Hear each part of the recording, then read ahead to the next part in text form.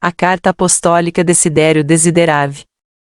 Esta carta recente do Papa Francisco é direcionada aos bispos, sacerdotes e diáconos, assim como aos homens e mulheres consagrados e aos leigos fiéis.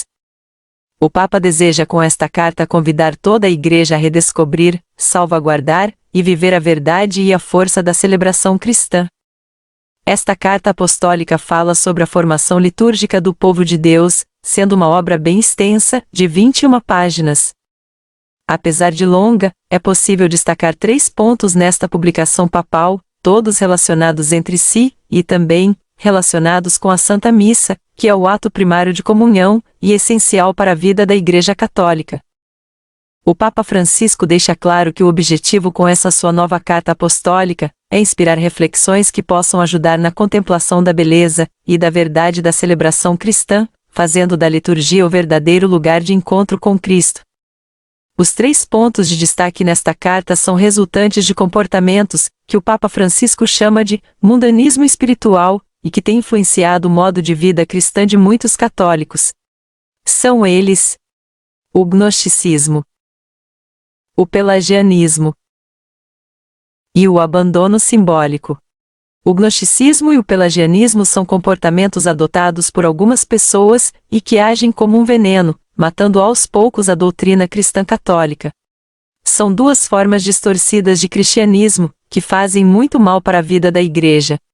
O Papa Francisco os considera inclusive formas de heresia.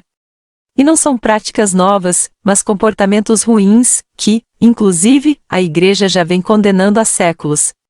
Já o abandono simbólico é um comportamento da sociedade mais atual, da sociedade globalizada, e que vem tornando-se mais intensa a cada década.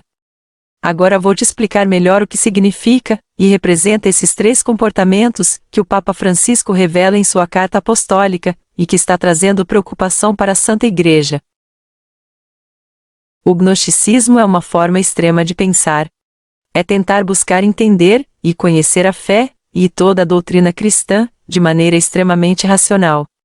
É pensar que parte do que a Igreja Católica prega é duvidoso, não aceitando, por exemplo, que o corpo mortal do ser humano poderia receber o Espírito Divino de Jesus Cristo. É pensar que seus conhecimentos racionais mundanos podem dar explicações a tudo que ocorre no cristianismo, deixando a Igreja de lado. É adotar uma lógica fria e dura para explicar os evangelhos, os ensinamentos de Jesus Cristo, e até os mistérios por trás dos milagres e das graças concedidas por Deus. É desprezar a palavra da Santa Igreja, para considerar apenas opiniões pessoais. E isto é um verdadeiro desserviço à evangelização. O pelagianismo é outra forma de pensar e agir grave.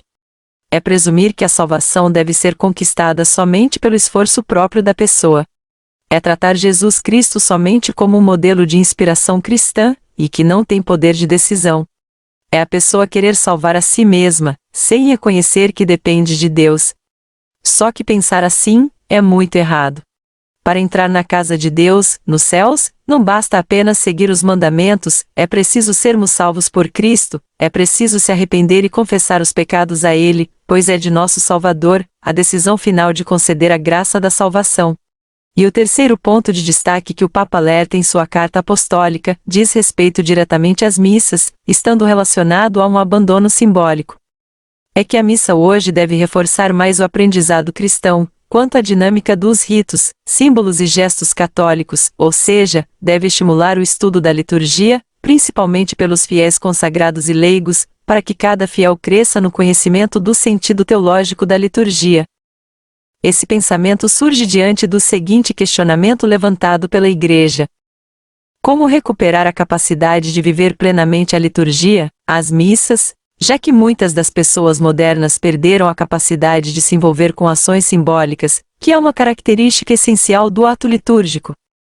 Ou seja, muitas pessoas se tornaram praticamente analfabetos das práticas e ritos católicos durante as missas. E isso precisa ser corrigido. O fiel cristão precisa entender que toda a liturgia é feita com ações e coisas físicas, que simbolizam justamente as ações e coisas abstratas espirituais. Por exemplo, o pão, o vinho, o óleo, a água, as fragrâncias, o fogo, as cinzas, a fumaça, a pedra, os tecidos e vestimentas, as cores, as palavras, os sons, os atos de silêncio, o ajoelhar, o sentar, o ouvir, o gesticular com as mãos, o responder, as clamações, o espaço físico, a ordem, o tempo e as luzes, tudo isso são símbolos católicos que devem ser compreendidos pelos fiéis. Assim, o Papa diz que as pessoas cristãs devem tornar-se novamente capazes de entender e seguir os símbolos litúrgicos, sendo esta uma responsabilidade de todos, tanto dos bispos, sacerdotes e diáconos, quanto dos próprios fiéis. Daí a necessidade de se reforçar mais o aprendizado cristão quanto à dinâmica dos ritos e símbolos católicos, o que pode ser feito de forma gradual, pelos padres, durante as próprias missas dominicais.